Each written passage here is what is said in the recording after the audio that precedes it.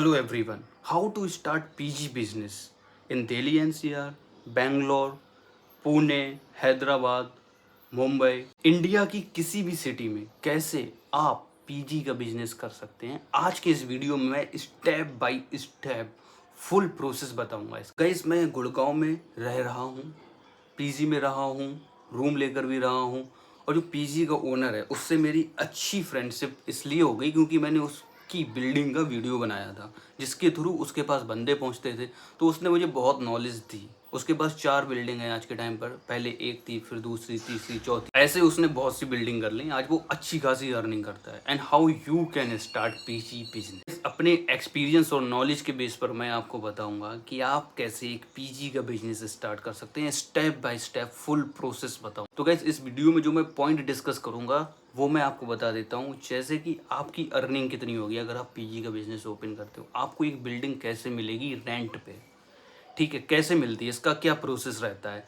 Number 3 point, आपका total खर्चा कितना आएगा और टोटल अर्निंग कितनी होगी, ये सब फुल डिटेल में आपको इस वीडियो में मैं बताऊंगा। तो गाइस सबसे पहले मैं आपको बता दूं एक्चुअल में पीजी होती क्या है। अगर आपको नहीं पता है तो पीजी क्या है कि जैसे कि मैं होम टाउन में हूँ अपने, और मैंने गुड़गांव में इंटरव्यू दिया और मेरी जॉब लग गई, ठीक है, ऑनलाइन इंटरव्यू दिया, मेरी जॉब लग गई। अब मैं डायरेक्ट जाकर, मेरा कोई नोन वहाँ पर नहीं रहता है, तो क्या लूँगा, पीजी लूँगा। पीजी सबसे बेस्ट ऑप्शन होती है स्टार्टिंग के लिए। पीजी इसलिए क्योंकि पीजी में मुझे क्या होगा, एक बेड मिल जाएगा, एक रूम मिल जाएगा, जो हमारी घर पर फैसिलिटीज़ होती हैं वो मोस्टली वहाँ पर मिल जाती हैं। फूड मिल जाएगा 2 टाइम्स का, वीकेंड पे 3 टाइम्स का। पीजी का जो भी ओनर होता है, जो फैसिलिटीज़ देता है वो आपको वहाँ पर मिल जाती हैं। आपको सिर्फ अपना एक बैग पैक करके ले जाना है और वहाँ पर रहना स्टार्ट कर देना। ये होती है सिंपल पीजी, ठीक है। और जिस पीजी में आप रहते हैं उसका एक मंथली रेंट होता है। जैसे कि डबल शेयरिंग का अगर आपने रूम लिया हुआ है, एक रूम में 2 लोग हैं, तो उसका जो रेंट होगा वो 8,000, 9,000, 7,000 ऐसे होता है, डिफरेंट डिफरेंट पीजी का। ये होती है एक पीजी जहाँ पर आपको एक रेंट देना होता है और आप आराम से रहते हैं, आपको फूड मिलता है और ऑल फैसिलिटीज मिलती हैं। गाइज एक पॉइंट और डिस्कस करते हैं। जैसे कि मोस्टली केसेस में गाइज क्या होता है, आप जिस बिल्डिंग में रह रहे होते हो, जिस रूम में रह रहे होते हो, उसका रेंट आप जिसे देते हो वो पीजी का रियल ओनर नहीं होता है। उसने उस बिल्डिंग को, जिस पूरी बिल्डिंग को रेंट पे लिया होता है एक रियल ओनर से, वो भी लीज पर। कुछ सालों का एग्रीमेंट होता है जो उसने किया होता है।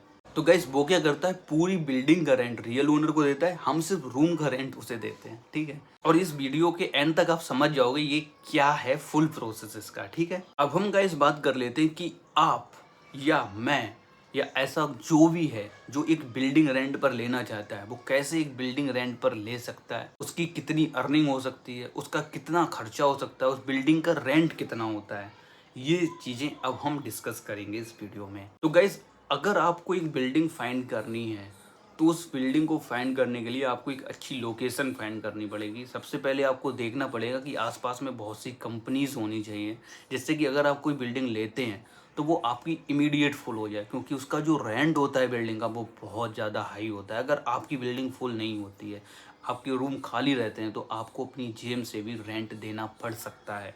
तो ऐसी लोकेशन ही चूज़ करें हमेशा जहाँ से आपके पास बंदे और बंदियाँ आते रहें, आपकी बिल्डिंग में जो भी रूम हो वो फुल हो जाए।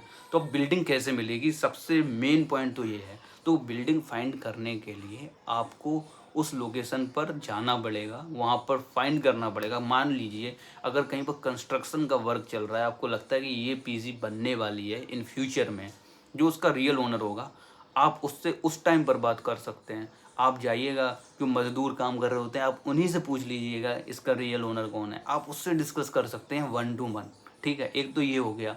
दूसरा, आपको बहुत ज़्यादा हार्डवर्क करना पड़ेगा एक ऐसी बिल्डिंग फाइंड करने के लिए जहां आप अपनी पीजी ओपन कर सकते हो। आप एक बिल्डिंग ऐसे ही फाइंड कर सकते हैं, there is no other options.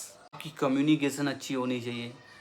आपको एग्रीमेंट भी करना पड़ेगा। अगर आप किसी से ले रहे हैं बिल्डिंग तो वहाँ पर एग्रीमेंट भी करना पड़ेगा, जिसे हम लीज़ एग्रीमेंट बोलते हैं। वो सबसे ज़्यादा इम्पोर्टेंट होता है। जब भी आप लेंगे ना, कोई भी बिल्डिंग लेने जाएंगे, तो जो भी ओनर होगा वो लीज एग्रीमेंट कराएगा ही कराएगा, लगभग 5 साल का, 2 साल का, 3 साल, जो भी उसकी रिक्वायरमेंट होगी वो आपसे बोलेगा कि भाई ऐसे ऐसे है, ये कागज़ हैं, इनमें आपको साइन करना पड़ेगा, फोटो लगेगी, जो भी एडवोकेट की रिक्वायरमेंट होती है। और इसका जो फुल प्रोसेस होता है वो तो तभी आपको समझ में आएगा जब आप एक बिल्डिंग लेने पहुंचेंगे। लीज एग्रीमेंट जरूर होता है, और वो आपको भी करना जरूरी है, जहाँ पर आपको पता चलेगा कि आपको सिक्योरिटी भी देनी पड़ती है स्टार्टिंग में, पहले बिल्डिंग की सिक्योरिटी दो। तो ये सारी चीज़ें एक एग्रीमेंट में लिखित होती हैं, तब आपको एक बिल्डिंग मिलती है। ऐसे ही नहीं मुंह उठा के पहुंच गए कहीं भी, बोल दिया कि ओनर से बात कर ली, मुझे ये बिल्डिंग चाहिए, ओनर ने बोल दिया ठीक है ले लेना, फिर वो किसी और को दे देगा, आपने कोई एग्रीमेंट तो किया नहीं। एग्रीमेंट करना होता है, ये सबसे ज़्यादा इंपॉर्टेंट होता है। ठीक है, बहुत ज़्यादा हार्डवर्क करना पड़ेगा स्टार्टिंग में, 1-2 लाख रुपए महीने के कमाने के लिए। तो गाइस अब हम बात कर लेते हैं कि अगर आपको एक बिल्डिंग मिल जाती है, मान लेते हैं, ठीक है, तो अब आपका बिल्डिंग का रेंट कितना होगा, आपको कितना खर्चा करना पड़ेगा एक पीजी ओपन करने के लिए, और आपकी अर्निंग कितनी होगी, ये सारी चीज़ें अब हम डिस्कस करेंगे। तो गाइस सबसे पहले हम आपको बता दें कि बिल्डिंग का रेंट कितना होता है। देखो, बिल्डिंग का रेंट डिपेंड करता है लोकेशन पर, बिल्डिंग पर, कि आपने कोई एक बिल्डिंग रेंट पर ली हुई है, लीज पर ले ली है, उसका रेंट आपको मंथली देना, तो उसका रेंट कितना होगा। मान लीजिए 25 रूम की एक बिल्डिंग है, ठीक है, उसका रेंट मिनिमम अगर मैं बताऊं तो 1 लाख से एबव ही होगा। ठीक है, 1 लाख या 1 लाख से एबव, 1.5 लाख तक मान लेते हैं, 1 लाख से 1.5 लाख के बिटवीन ही होगा। ठीक है, मान लेते हैं आपको 10 रूम की बिल्डिंग मिल जाती है, तो उसका रेंट कम होगा, मान लेते हैं 50,000 या 60,000। अब बात कर लेते हैं कि आपको एक बिल्डिंग मिल गई और आपको उस बिल्डिंग का रेंट देना है 1 लाख रुपए, और उस बिल्डिंग में रूम है 25। ठीक है, अब आपकी अर्निंग कितनी होगी, ये अब हम आपको फुल कैलकुलेशन करके बताएंगे। सबसे पहले गैस हम क्या करते हैं, जो 25 रूम्स की आपको बिल्डिंग मिली है उससे आपकी कितनी अर्निंग होगी वो निकालते हैं। गैस 25 रूम है, अब उसमें से 10 रूम जो हैं आपके वो हैं डबल शेयरिंग के। डबल शेयरिंग मतलब कि पहले ही बता चुका हूँ कि एक रूम में 2 बंदे रुकेंगे, टोटल हो गए 20 बंदे। ठीक है, हम कैलकुलेट करते हैं एक्चुअल में, जैसे कि 25 रूम्स हैं जिसमें से 10 रूम हैं डबल शेयरिंग के, तो डबल शेयरिंग के 10 रूम हैं, एक रूम में 2 बंदे रुकेंगे, तो इक्वल टू हो गया जाके 10 मल्टीप्लाई बाई 2 इक्वल टू 20, मतलब कि 10 रूम में 20 बंदे रुके। अब 20 बंदों का जो रेंट होगा वो पर पर्सन 8,000 रुपीज़ हुआ, 8 मल्टीप्लाई 2 इक्वल टू 16, मतलब कि 1,60,000 रुपीज़ आपको पर मंथ 10 रूम का मिलेगा। ठीक है, जिसमें से आपने मान लो किराया दे दिया 1 लाख रुपए, अभी कितने बचे आपके पास 60,000। अभी तो सिर्फ 10 रूम का मैंने रेंट बताया। अब हम बात कर लेते हैं जो 15 रूम और बचे हुए हैं, उसमें से 10 रूम और हैं जो हैं ट्रिपल शेयरिंग के, जिनका मंथली रेंट होने वाला है 7,000 रुपीज़। ठीक है, अब हम 10 को मल्टीप्लाई करते हैं 3 से, मतलब कि 30 बंदे अब उन 10 रूम में रुके हुए हैं। अब 30 में हम मल्टीप्लाई करेंगे 7,000 का, 7 मल्टीप्लाई बाई 3 21, मतलब कि 2,10,000 रुपीज़। ये हो गया हमारे ट्रिपल शेयरिंग का। अभी हमारे पास टोटल जो रेंट हुआ है वो डबल शेयरिंग का हुआ है 1,60,000, ट्रिपल शेयरिंग का हुआ है 2,10,000। तो गाइज अब हमारे पास बचते हैं 5 रूम। अब हम 5 रूम को 4 शेयरिंग में डिवाइड किया हुआ है हमने। 5 रूम है जिसमें एक रूम में 4 बंदे रहेंगे, तो हम 5 को मल्टीप्लाई करते हैं 4 से, होते हैं 20, मतलब कि 5 रूम में 20 बंदे रहते हैं। अब 20 को हम मल्टीप्लाई करेंगे 6,000 से, क्योंकि हमारा जो 4 शेयरिंग का रेंट होता है वो 6,000 मिनिमम है। ठीक है, तो 6,000 में हम मल्टीप्लाई करते हैं 20 का, तो होता है हमारा जाके 1,20,000। तो अब हम टोटल कैलकुलेशन करते हैं, जो हमारे डबल शेयरिंग का रेंट आया वो आया 1,60,000, ट्रिपल शेयरिंग का रेंट आया वो आया हमारा 2,10,000, फोर्थ शेयरिंग का हमारा रेंट आया वो आया 1,20,000, और इक्वल टू अगर हम करते हैं तो इसका टोटल होता जाकर 4,90,000 रुपीज़। आप सोच रहे होगे 4,90,000 रुपीज़ आपकी मंथली अर्निंग हुई? नहीं, ये तो सिर्फ कैलकुलेशन थी। अब आपके खर्चे भी तो होंगे इसमें, जैसे कि खर्चे कौन कौन से होते हैं। कुक का खर्चा, आपको 2 कुक रखने पड़ेंगे, और ज़्यादा बड़ी बिल्डिंग है तो आपको 3 कुक भी रखने पड़ेंगे। 3 कुक को रखते हैं तो उसमें पर पर्सन आप 10,000 देते हो, क्योंकि आपका रहना और खाना आपकी बिल्डिंग में ही रहेंगे कुक वाले, रहना खाना आपकी तरफ से हो गया, तो 10,000 देते हो तो मान जाते हैं, ठीक है, 3 बंदे रुक जाते हैं जिनकी सैलरी आपने दे दी 30,000 रुपीज़। अब 30,000 कट कर दो इसमें से, आपके पास बचते हैं 4,60,000 रुपीज़। और 4,60,000 में आप बिल्डिंग का रेंट भी आपको देना है। वो अगर सब्सट्रैक्ट करते हैं तो 1,00,000 रुपीज़ आप वो सब्सट्रैक्ट कर दो, आपके पास बचते हैं 3,60,000 रुपीज़। अब आपकी बिल्डिंग में गंदगी भी होगी, काम वाली बाई लगानी पड़ेगी आपको, रूम साफ करने वाली, क्योंकि हर बिल्डिंग में हम जाओगे आप कभी भी पीजी में, तो हर बिल्डिंग में मोस्टली लगे होते हैं जो अच्छी बिल्डिंग, जैसे मैं जिसमें रहता हूँ, तो वहाँ पर भी एक काम वाली बाई है जो रूम साफ करती है, बाथरूम भी साफ करती है वीकली बेसिस पे। गाइज वो काम वाली बाई मैक्सिमम आपसे 1 महीने का रेंट ले लेती है 10,000 रुपीज़, मैक्सिमम मान लेते हैं, बहुत बहुत ज़्यादा, ठीक है, 10,000 रुपीज़ ले लिए, तो आपको 3,60,000 में से 10,000 और सब्सट्रैक्ट कर देते हैं, तो आपके पास बचते हैं 3.5 लाख रुपए। गाइस जो कुक होते हैं ना वही केयर टेकर भी हो जाते हैं। मान लो कभी आप बाहर घूमने चले गए तो आप कुक ही देखेगा सारी चीज़ें, केयर टेकर बना दिया उसी में से एक को कि भाई तुम देखते रहना, हम तो बाहर हैं, कोई बंदा आ रहा है या कोई बंदा जा रहा है वो सारी एंट्री करेगा, वही सारी चीज़ें कर लेते हैं, ठीक है।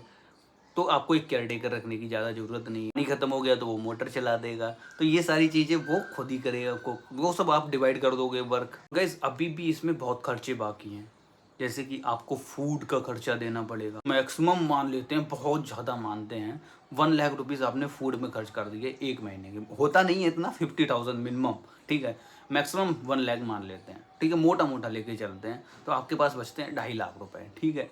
2.5 लाख में से आपने मान लेते हैं गर्मियों में 1 लाख बिजली का बिल आ गया, 1 लाख रुपए, मोटा मोटा मान के चलते हैं, 1 लाख आ गया बिजली का बिल, वैसे इतना आता नहीं है, 50,000 ही आता है, मोटा मोटा मैं बता देता हूँ, और भी सारे खर्चे ऐड कर देते हैं, छोटे मोटे जो भी खर्चे हो रहे हैं, पीजी में कुछ खराब हो रहा है उसके सब खर्चे मिला के माइनस कर देते हैं 1 लाख रुपए, और अब आपके पास बचते हैं 1.5 लाख रुपए।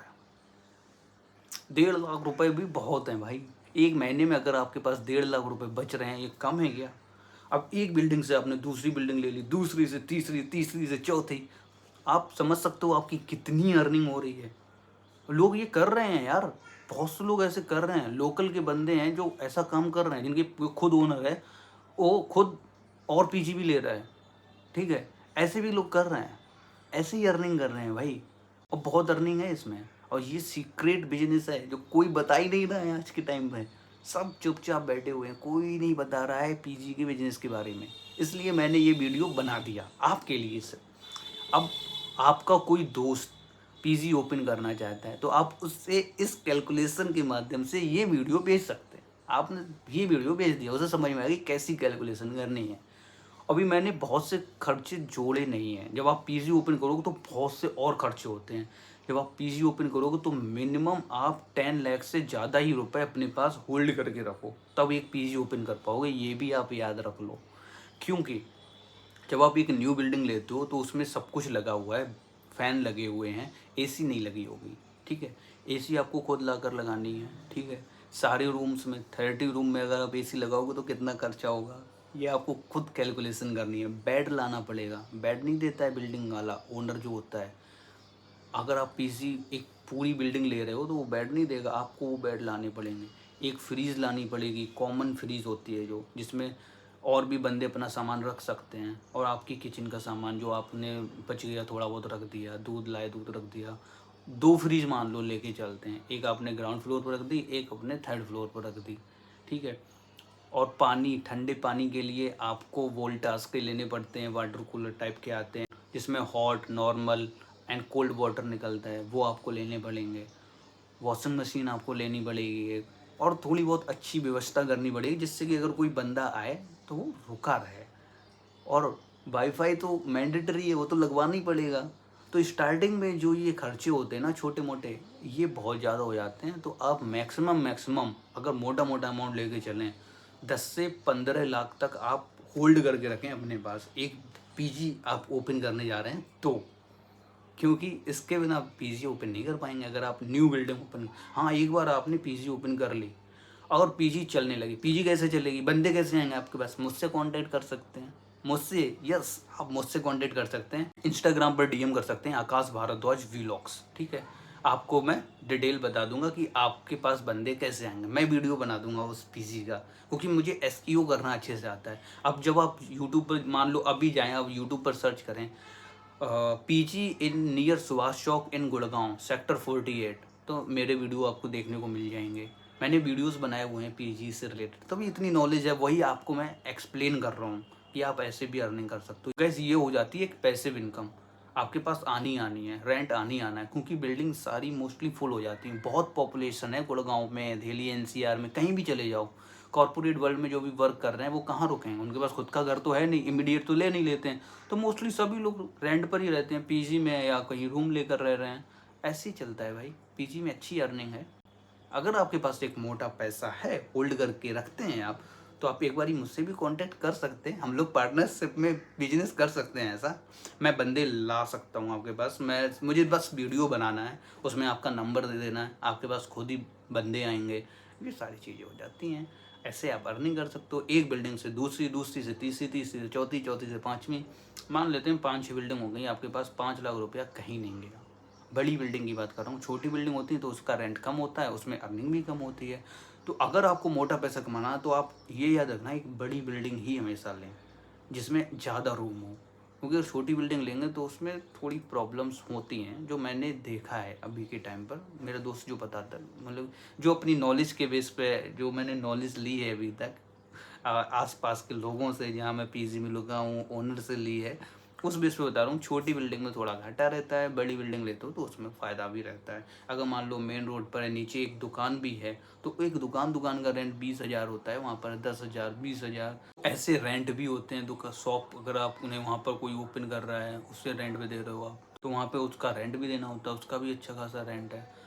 तो ये सारी चीज़ें हो जाती हैं। आई होप डैट गाइस कि आपको ये वीडियो पसंद आया होगा, आप समझ गए होगे एक पीजी का बिजनेस आप कैसे कर सकते हो। थोड़ा लंबा हो गया वीडियो, लेकिन मैंने ईच एंड एवरी नॉलेज आपको दे दी। अगर आप वाकई में सीरियस हैं पीजी ओपन करने के लिए, then you can also contact me. मैं आपके पीजी का वीडियो बना सकता हूँ और इंटरनेट पर वायरल कर सकता हूँ, यूट्यूब पर डाल दूँगा। यूट्यूब पर मैं एसईओ अच्छा कर लेता हूँ वीडियो का, जो भी आप सर्च करेगा कोई बंदा उस एरिया में पीजी चाहिए उसे, तो मेरा वीडियो उसके पास आएगा, ठीक है। और गूगल सर्च में भी आ जाते हैं।